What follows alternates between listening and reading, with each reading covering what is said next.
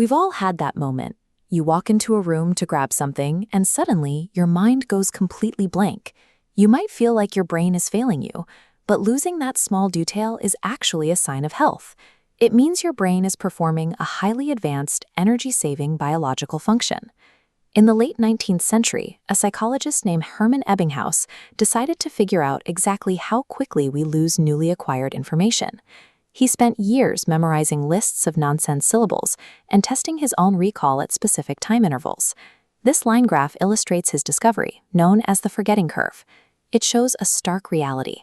Without active repetition, you lose about 50% of what you just learned within an hour.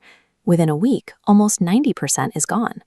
Think of your brain like a cozy, well-kept library. Every day, you walk in and place hundreds of tiny sticky notes everywhere. What you ate for breakfast, the license plate of the car in front of you, a random passing thought. If you kept all of them, your library would become a hoarder's nightmare. Forgetting is the background deep clean that removes those trivial sticky notes. By actively wiping away all that unnecessary background noise, your brain leaves behind only the broad, generalized big picture of your experiences. Stripping away the clutter allows you to adapt to new situations and make intelligent decisions based on what actually matters. To understand why this cleanup is necessary, look at this chart of the body's energy consumption. Your brain makes up only 2% of your body weight, yet consumes 20% of your resting metabolic energy. Processing information is incredibly exhausting. This creates a biological dilemma. If your brain permanently saved every single detail of your life, the metabolic demand would skyrocket. You would run out of energy, and your neural networks would become rigid, unable to learn. Here is how your brain solves that problem. What you're seeing here is a simplified map of an engram. When you learn something, specific brain cells are linked together physically, like a path of illuminated stepping stones. This connected pathway is the physical structure of a memory. When an experience is trivial or lacks emotional weight, it gets a temporary molecular tag. If that memory isn't reinforced, those temporary tags naturally expire within a few hours. Without those tags, the physical connections between the cells shrink, and the pathway breaks apart.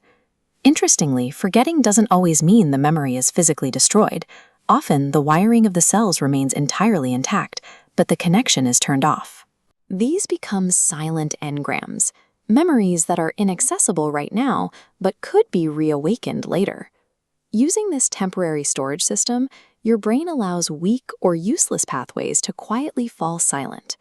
This strategy prevents your neural architecture from collapsing under its own weight, conserves vital metabolic fuel, and keeps your internal library beautifully optimized. The process of dismantling these pathways is incredibly precise.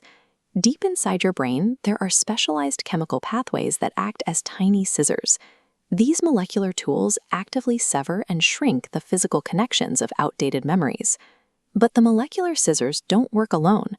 Your brain has a resident cleanup crew made of glial cells. Acting like microscopic Roombas, these cells patrol your neural networks to identify weakened, noisy connections and physically eat them.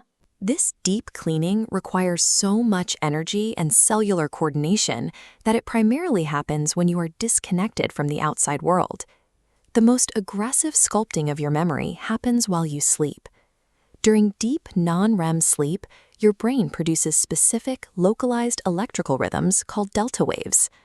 These slow waves act as a signal that promotes forgetting, weakening synapses you no longer need. But erasure isn't entirely automatic. You also have the power to consciously suppress information. Using the think-no-think technique, when you actively try to block out an unwanted thought, your frontal lobe sends chemical stop signals directly to your memory centers, locking that specific trace away. Whether it's microscopic cells digesting connections while you sleep, or your conscious mind hitting the brakes on a bad thought while you're awake, active erasure is constantly running in the background to keep your mind efficient. We only truly appreciate this invisible cleanup system when it stops working. When the brain loses its ability to actively forget, the result is severe cognitive rigidity, or in some cases, devastating loss. For example, in autism spectrum disorder, specific genetic mutations can disable those tiny chemical scissors we mentioned earlier. Without them, the brain struggles to weaken obsolete connections. The neural networks become incredibly rigid and overly detailed, making it deeply difficult to adapt when the rules of a situation change. Alzheimer's disease sits on the completely opposite end of the spectrum.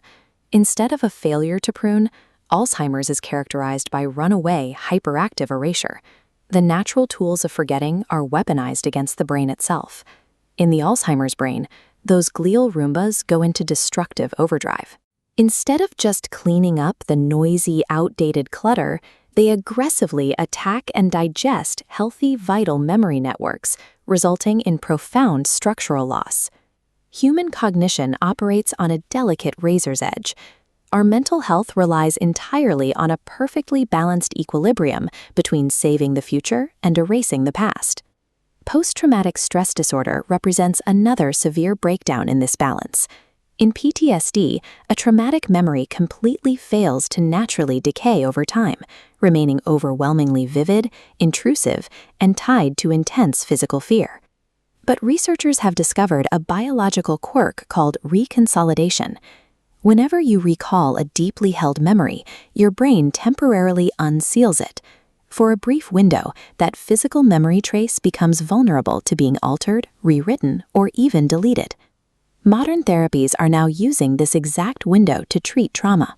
By having a patient recall a traumatic event while using specific medications, doctors can chemically block the brain from resaving the emotional pain back into the library, effectively stripping the fear away from the fact.